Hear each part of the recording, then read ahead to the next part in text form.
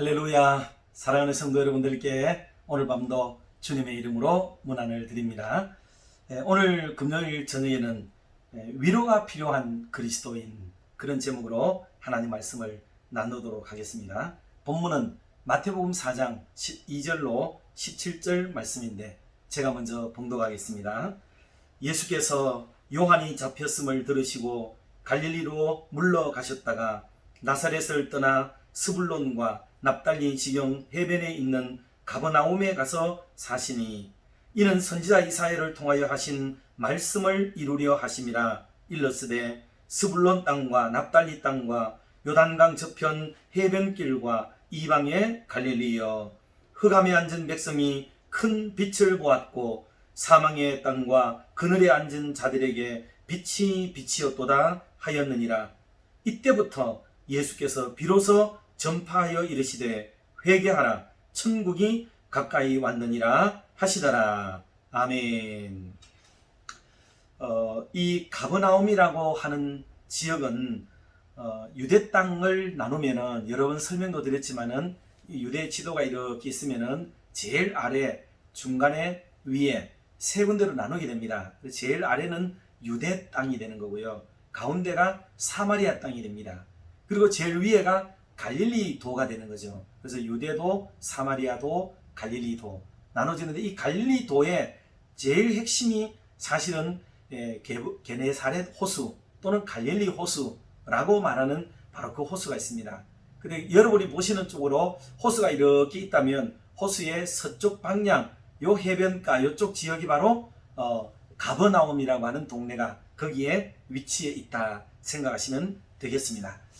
그런데 이 가버나움이라는 동네의 이름의 뜻이 뭐냐면 위로의 마을, 그런 뜻을 가지고 있습니다. 그러니 이 가버나움이라고 하는 데가 예수님께서 참 귀한 사역을 많이 하시고 여기서부터 어쩌면 복음의 시작점이었다라고 말해도 과언이 아닐 만큼 아주 중요한 위치였단 말이죠. 그래서 오늘 읽었던 말씀 속에 또 여러 가지 땅을 얘기하고 있습니다만은 그 모든 지역이 다 갈릴리도 지역에 속해 있는 지역입니다. 그래서 스불론, 납달리 이런 지역, 그래서 가버나움 지역에 둘레 있는 이곳인데, 이 땅이 해변길과 더불어서 참 흑암에 앉은 백성에게 있는 것 같은 그런 어둠의 도시였고 동네였지만은 큰 빛을 보게 된다. 그리고 사망의 그늘에 앉은 자들에게 빛이 비추는 것 같은 그런 놀라운 역사의 출발점이 어쩌면 갈릴리도, 그 중에서도 특별히 가버나움이라고 하는 동네라고 하는 것이 그렇게 중요하다 볼 수가 있습니다.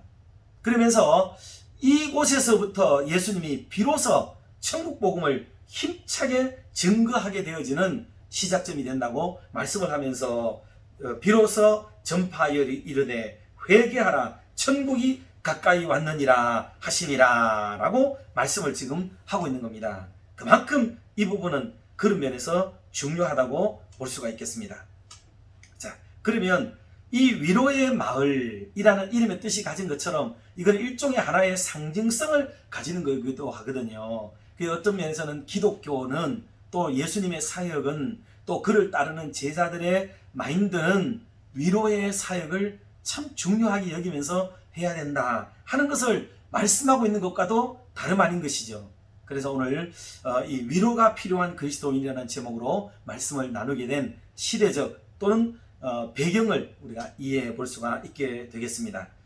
자, 그러면 세상 사람들은, 또 저를 포함해서 우리 모든 성도님들은 다 위로받기를 원한다 하는 것을 우리가 알 수가 있습니다. 그래서 모든 분들이 마음에 지치고 힘들고 참 상흔을 가지고 살아가고 있다 해도 과언이 아닐 만큼 지금 우리가 살아가고 있는 세상은 녹록지가 않고 참 힘겨움에 몸부림을 치고, 그리고 생애 전장처럼 여겨질 만큼 아주 힘겨워하고 있다는 것을 우리는 알 수가 있습니다. 그래서 겉보기에는 멀쩡한 사람 같아도 그의 내면의 세계를 들여다보고 또 그의 삶을, 또 그의 생활을 들여다보면 참 힘겨운 아픔과 또 삶의 무게를 가지고 있는 그런 분들이 대부분이다. 그래 아무런 근심도 없고 걱정도 없고 그러는 분은 어쩌면 거의 없다라고 얘기해도 틀리지 않을 만큼 우리 사는 세상이 그렇습니다. 여러분 대통령을 바라보면 어때요? 좋을 것만 같습니까? 아닙니다. 연일 막 데모하고 나쁘다고 막 돌리고 그러지 않습니까? 대통령이라는 자리는 얼마나 존귀해요. 모든 이들이 부러워할 수 있는 자리이기도 하지요. 그러나 그의 삶도 녹록지가 못합니다. 또 어디 한가한데 가서 사는 사람들도 그 상황과 형편은 여유롭고 좋다고 할지 몰라도 역시 인생의 고뇌는 다 가지고 있기 때문에 삶에서 위로의 대상이 되지 않는 분은 아무도 없다. 이렇게까지 이야기할 만큼 우리 인생은 참 힘겨움의 연속이라 볼 수가 있겠습니다. 그래서 우리가 살아가는 동안에 우리는 알게 모르게 대부분의 시간들은 역동적으로 살고 힘차게 살고 의욕적으로 살고 목표를 추구하면서 살고 또 다른 힘겨운 것들을 극복하고 이기고 잊어버리고 살아가기 때문이지 실제로 모든 사람들에게 다가가서 위로의 마음을 전할 때에 받지 않을 리가 아무도 없다는 것을 우리는 알 수가 있습니다. 어린아이들도 마찬가지고요. 연세 많은 분도 마찬가지입니다. 그러니 우리는 서로를 많이 위로하고 살아가도록 하는 게 중요합니다. 라헬도 살아가는 어간에 자식이 없으므로 위로를 받기를 거부했다. 그렇게 얘기했습니다. 자식 없는 게 정말 힘겨운데 사람의 위로가 큰 위로가 되지 않기 때문에 그건 뭐 거부했다 그 말이죠. 그리고 야곱도 요셉이 죽었다는 말을 들어요. 다른 자식들로부터. 그럴 때 너무 상심이 되고 힘이 들어서 다른 아들들의 위로를 거부했다라고 얘기까지 하고 있습니다. 욥의 세 친구들도 욥을 위로하러 왔지만은 욥이 당한 환난과 시련이 컸잖아요. 그러나 그들의 위로가 되지 않더라 하는 말도 남긴 것을 우리가 생각해 볼 때에 참 사람의 위로는 그닥 많은 필요가 없고 도움은 많이 되지 않을 수도 있겠구나 하는 생각을 가지기도 합니다. 뭐 이런 얘기도 있어요. 손녀들이 또 손자들이 떨어지는 할아버지 할머니들에게 위로를 해드리기 위해서 그 부모의 권유 때문에 한 번씩 할머니께도 문자도 드리고 전화도 드리고 좀 그래 관심을 좀 가져야 돼 외로워하시잖아. 그래서 자녀들이 손주들이 이렇게 문자도 한 번씩 보냈어요. 그런데 문자를 보낼 때 할머니 오래 사세요 라고 보냈는데 글씨를 잘못 써가지고 할머니 오래 사네요 이렇게 문자를 보낸 거예요. 마음은 이해가 되죠. 위로를 드리려고 했지만 인간에게는 이런 결점이 생기고 에러가 생긴다 하는 것을 우리가 알 수 있게 만들어주는 부분이에요.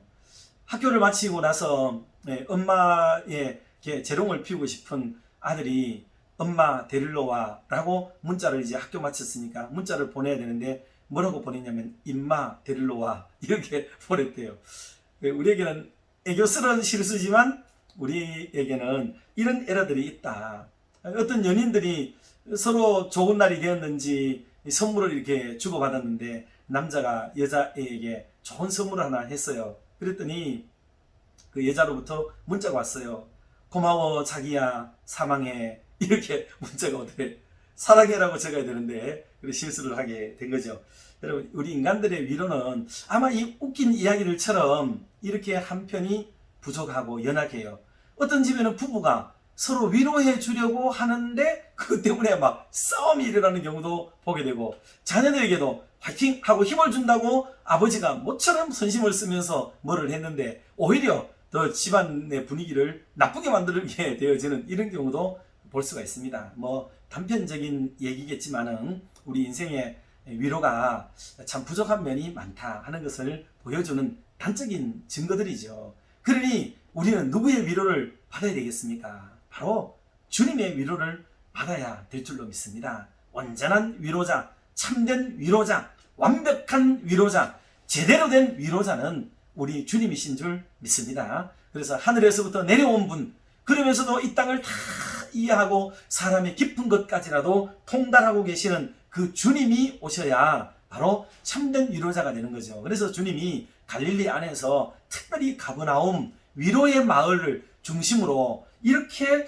역사를 하고 계시고 사람에게 나타나시고 활동하셨다는 말의 의미는 참 우리로 하여금 생각하게 만드는 여지가 많은 겁니다. 그러니 여러분, 우리 주님이 오셔야 되고 주님이 계시는 가버나움이 될 때에 그 지역의 사람들에게 위로가 되듯이 오늘 우리의 가정도 가버나움이 되기를 주님의 이름으로 축원합니다. 그래서 우리 성도들이 계시는 가정이 가버나움이 돼서 우리의 친인척들, 동기들, 그런 분들에게 참 우리 가정이 위로의 마을 가버나움이 되었으면 좋겠고요. 또 우리 교회가 가버나움이 되기를 진심으로 축복합니다. 우리 교회를 바라보고 있는 분들이 많이 있습니다. 그런 분들에게 우리 교회가 위로의 마을이 되어서 이상하게 우리의 교회와 연결이 되고 접촉이 되어지는 사람마다 마음에 위로와 평안과 안돈을 주고, 그리고 새로운 의욕과 사명감을 고취시키고 더 뜨거운 열정을 가지고 각자 자기 일을 잘 감당하도록 만들어주는 그런 위로의 에너지를 부어 넣어줄 수 있는 그런 아름다운 교회 가버나움이 바로 우리 대구 칠곡중앙교회가 될 수 있기를 주님의 이름으로 축원합니다.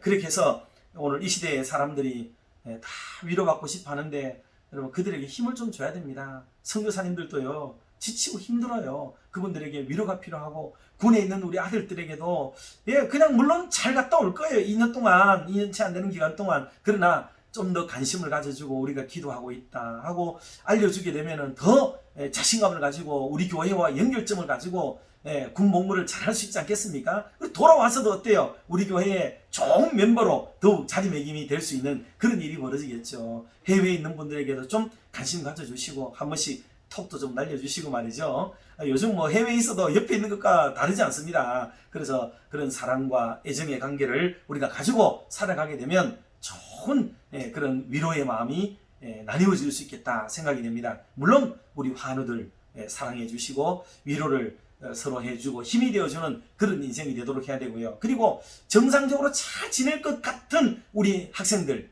청년들, 그네들에게도 어쩌다 한 번씩 여러분 기억되는 대로 문자 한번, 톡 한번 이렇게 보내줘 보세요. 얼마나 기뻐하고 얼마나 좋아하겠습니까? 처음에는 그네들이 이해를 못하다가도 그래도 한 번씩 정기적으로 연락을 좀 주시는구나 라고 생각하게 된다는 것은 얼마나 큰 축복인지 알 수가 없습니다. 그래서 비록 사람의 위로가 부족하지만 위로를 하고 또 살아가야 되는 게 우리입니다. 주님의 위로도 꼭 필요하고 우리 사람들의 위로도 필요해요.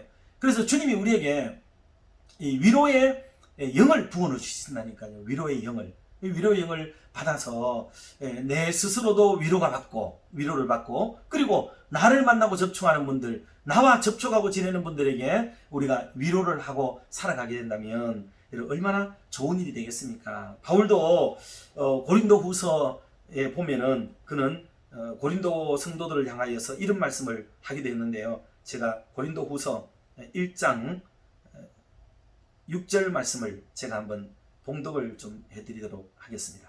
고린도후서 1장 6절. 실제로는 요 6절 이전부터 참 중요한 것 같아요. 요 내용을 여러분이 한번 잘 들어보시기 바랍니다. 찬송하리로다. 그는 우리 주 예수 그리스도의 하나님이시요 자비의 아버지시요 모든 위로의 하나님이시며, 하나님이 위로의 하나님이시라고 얘기를 하고 있습니다. 그 하나님인 이유와 그 하나님이 하시는 일을 뭘로 설명하느냐 하면 우리의 모든 환난 중에서 우리를 위로하사 우리로 하여금 하나님께 받는 위로로서 모든 환난 중에 있는 자들을 능히 위로하게 하시는 이시로다. 그렇게 말합니다. 우리를 위로하시고 우리로 하여금 또 다른 사람들을 위로하게 하시는 하나님이시다. 그러니 하나님은 위로의 하나님이시라는 거예요. 다시 말씀을 드려요. 하나님이 위로의 하나님이신데 그 이유가 뭐냐 하면은 첫째로 우리를 위로하시기 때문이고, 둘째로 우리로 하여금 다른 사람을 위로하게 하시기 때문에 하나님은 위로의 하나님이시다. 이렇게 지금 고린도후서 1장 3절 4절에서 말씀을 이렇게 하고 계세요. 그리고 계속해서 5절 6절을 보면 그리스도의 고난이 우리에게 넘친 것 같이 우리가 받는 위로도 그리스도로 말미암아 넘치는 도다. 예? 우리가 고난만 받고 환난만 당하는 게 아니고 그런 힘겨움과 어려움이 크면 클수록 위로도 크고 고난이 많으면 많을수록 위로도 많다라는 것을 지금 말씀하고 있는 거예요. 왜? 우리는 하나님이 붙드시는 사람들이고 하나님이 간섭하고 싶어하는 사람이고 주 안에 머무는 사람들이기 때문에 이런 은혜와 사랑을 받게 되는 줄 믿습니다. 그리고 마지막으로 6절을 보면 우리가 환난 당하는 것도 너희가 위로와 구원을 받게 하려는 것이요, 우리가 위로를 받는 것도 너희가 위로를 받게 하려는 것이니 이 위로가 너희 속에 역사하여 우리가 받는 것 같은 고난을 너희도 견디게 하였느니라 라고 바울은 고린도 교회에 말씀을 했어요. 자, 다시 말씀드리면 바울이 환난 받는 것, 우리가 환난을 받는데 왜 받느냐? 너희 위로를 위해서 받는다. 그럼 우리가 위로를 왜 받느냐? 그것도 너희의 위로를 위해서 받는 것이다. 그래서 위로가 너희 속에서 막 역사되기를 바란다. 위로가 역사되기를 바란다. 그래서 우리가 받는 고난도 너희들에게 임할 때라도 그것을 잘 감당하고 이겨내기를 바란다 라는 게 바울의 그 고린도 교회를 향한 바울의 가르침이며 맥락이었다는 것을 우리가 알 수가 있습니다. 사랑하는 성도 여러분, 이제 우리는 세상에는 참된 위로자는 물론 없어요. 그래서 주님이 오셔야 참된 위로가 된다. 그러나 우리는 주 안에서 위로의 사명을 받고 사는 사람들이기 때문에 좀 부족해도 연약해도 위로를 하며 살아야 한다. 그러나 인간적인 위로만 가지고서는 참된 위로에 도달할 수 없으니 위로의 영이신 하나님의 성령을 가득 받고 우리 또한 위로를 체험하고 체득하고 그렇게 위로하시는 하나님을 경험하고 나서 그 힘과 능력으로 우리가 서로를 위로하게 되면 우리를 만나는 모든 사람들에게 위로로 가득한 세상을 만들어갈 수 있다는 게 오늘 이 성경 본문이 우리에게 가르쳐주는 말씀입니다. 그러므로 사랑하는 성도 여러분, 또 한 주간과 그 이후의 삶을 살아가는 너간에 자세히 주변을 좀 살펴서 힘들어하는 자들, 어려워하는 자들, 고통스러워한 자들, 이런 분들을 우리 나름대로 내 곁에 내가 그를 알게 한 까닭은 하나님이 나에게 그들에게 위로의 손을 베풀어 주시란 게지라고 생각하면서 서로 많은 위로를 나누고 살아갈 수 있는 은혜의 삶이 되기를 주님의 이름으로 축원합니다. 기도하겠습니다. 언제나 우리를 위로하시는 하나님 아버지 감사합니다. 오늘도 세상 가운데서 지내던 저희들이 잠시 하나님 말씀 앞에 앉았습니다. 지금 이 시대를 살아가는 것은 참으로 힘이 듭니다. 저마다 지치고 힘겨워합니다. 그래서 모두가 위로하기보다는 위로받기를 기대하는 그런 세상이 되었습니다. 그런데 사람들 중에는 위로를 한답시고 나서서 참된 위로를 주지도 못할 뿐더러 오히려 힘들어하는 그들에게 책임을 추궁하거나 따지기도 하고 그렇게 된 이들을 이해하지 못함으로 인하여 더한 아픔과 짐을 지우는 그런 경우들도 종종 있습니다. 그래서 사람의 위로의 한계를 느낄 때가 참으로 많습니다. 그러나 우리 주님께서는 인간의 모든 아픔과 힘겨움을 친히 체득하심으로 죄 가운데 인간들을 이해할 뿐만 아니라 그들의 필요를 정확하게 아시고 그 해결책까지를 주시는 위로의 주님이신 것을 우리들이 깨닫습니다. 그래서 주님을 만난 자들마다 짐을 덜고 위로를 받으며 마음이 밝아지고 삶이 회복되는 그 놀라운 은혜를 경험하는 것을 우리는 경험하기도 하고 또 바라보기도 합니다. 혹시 우리 성도들 중에서도 위로가 필요한 분들이 계시다면 도울 힘이 없는 인생을 의지하기보다는 위로의 주님을 더욱 힘있게 붙드는 그런 성도님들 다 되게 하여 주시옵소서. 하나님 아버지, 지구촌 곳곳에서도 전쟁과 테러 등의 사태로 인하여 누군가의 도움과 위로를 필요로 하는 분들이 급속도로 늘어가고 있습니다. 코로나19 등의 전염병과 그 여파로 인하여 여전히 힘겨움 속에 싸우다시피 살아가는 분들도 위로의 손을 기다리고 있습니다. 이외에도 크고 작은 사건과 문제로 인하여 아픔과 또 눈물의 시간을 보내는 많은 분들이 계시오니 주님, 이 밤에 찾아가 주셔서 저들의 손을 잡아주시고 심령에 역사하여 주셔서 참된 희망과 소망의 빛을 주시고 위로의 영으로 채워 주시옵소서.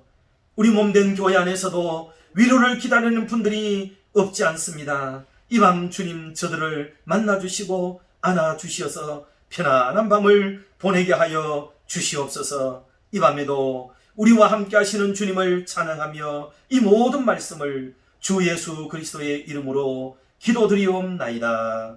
아멘. 사랑하고 축복합니다. 평안한 밤 되세요.